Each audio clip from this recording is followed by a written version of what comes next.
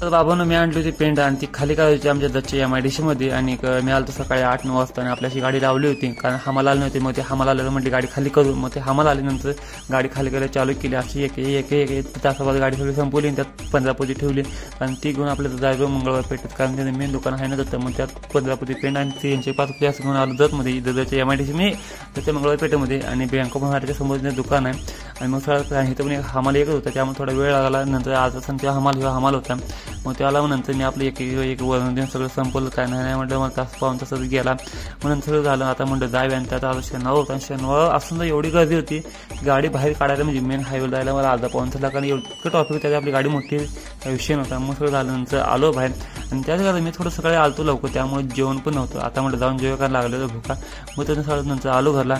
तर बाय भेटू उद्याच्या नवीन वेगळ्या ब्लॉगमध्ये। तर चला।